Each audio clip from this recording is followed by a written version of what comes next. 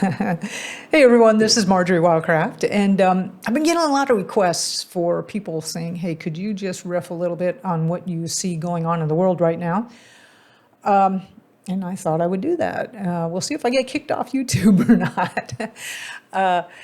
Yeah, so like the big news, of course, now is what's going on in Israel and the Gaza Strip and Hamas. And does anybody remember Ukraine? Oh my God, that was only 2 weeks ago. Let's see, the date today, it's Sunday, October 22nd. So things have opened up and have not yet progressed to the level that they're going to. But let me talk a little bit about what I saw. So when, the first it happens and you got this shock and awe and you're like, oh my God, beheaded babies and raped women. And, I'm like, wait a minute, take a deep breath. Look at what you're actually looking at. None of the images really lined up with that. And then, of course, when you see it going out unilaterally across all the mainstream media, this is clearly something that they have been working on, right? So they're going, okay. So the first really, really big red flag for me that something was way off with this whole incident was they said the Israeli intelligence, Mossad, made a mistake. And I'm like, I don't think so. And I looked it up for you.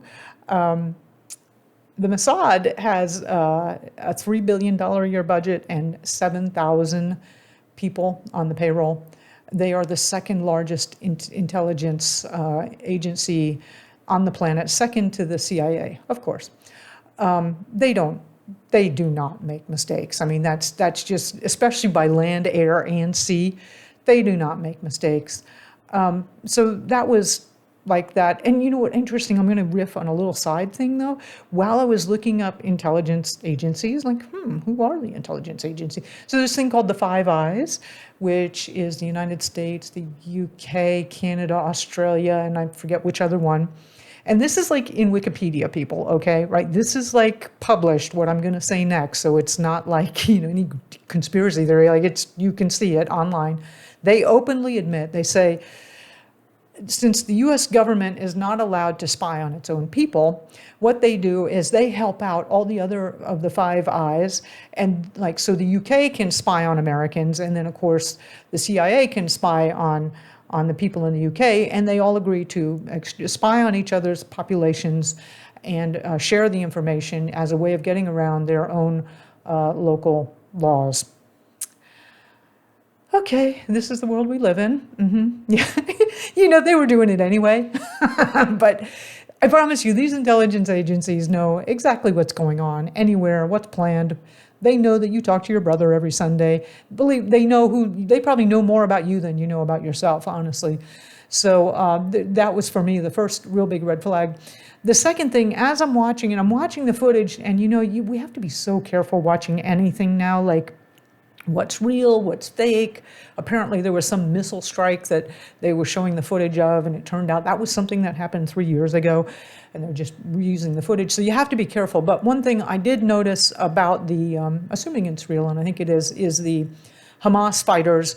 They had this whole series of footage where they're going from door to door in what looked like a pretty nice suburb. And it was just clearly obvious that these were just kids that they had paid to do this, because they're walking around. Anybody with a modicum of weapons training, which I hope you have that, by the way. If you don't, go sign up right now. Learn some basic handgun skills. Learn some rifle skills. Target. Practice. What do they call that when they can shoot and hit a target really good? Anyway, it's Sunday afternoon. I'm not thinking as well as I could. Anyway, learn those skills. Oh, marksmanship. Learn those skills, because look, that's really super empowering, right? By the way, I never got into it because of I never was a gun person, ever, at all. I didn't want anything to do with it. In fact, when I was in Texas, we go to the Academy sporting goods store, and I'd be headed in the back corner for the sleeping bags, and you had to pass the gun section, and I would just kind of just walk by it. And then one day it dawned on me, I've got two small kids. I'm living on 75 acres out in the middle of nowhere. and literally nobody would hear us scream. And I thought, I really ought to take advantage of these force equalizers. And then, of course, once you ask one neighbor in Texas, hey, I'm kind of thinking about buying a gun. What do you think would be good? And they open up the arsenal. And I mean, every neighbor out there had like closets and God, cans of ammo. And I've gotten to shoot every kind of firearm you might possibly ever want to. And anyway, I digress. Let's go back to the fighters in Hamas. And they're walking around. They're walking around like they had just been watching Hollywood movies on how to handle a gun. They holding the gun with just one hand, kind of sweeping all their buddies. There's no formation, no intent or focus. I mean, they just really looked like a bunch of young men that they had hired for the day to come do this. And I'm sure those arrangements can be made. We know the Black Lives Matter was pretty much funded by somebody, probably George Soros, from what I've heard. So these things are orchestrated. And so it became real apparent to me that this was yet another event. Now, I'm not saying that things weren't, that there probably were some women that were raped and bad things happened. I do not. Those boys, it takes a particularly sick individual to be able to kill a baby. And those Hamas fighters that they showed were not those kind of men. No, they were definitely having a good time and rioting and raving, but they weren't those people. I don't know, maybe if you give them enough drugs, but I don't believe that happened. And they were going for the shock and awe, which is a part of the whole strategy that the media uses. So another interesting thing, right away I saw an article from the Wall Street Journal or somewhere where they were saying, Iran helped plan this. And I thought, well, yeah, Iran did. Like, what's the big whoop on that? I bet a bunch of people helped plan it. I can help with all kinds of plans. I got plans. I talk to people, right? Everybody does that, right? Anyway, I thought, they're trying to draw Iran into this. And I'm like, oh my goodness.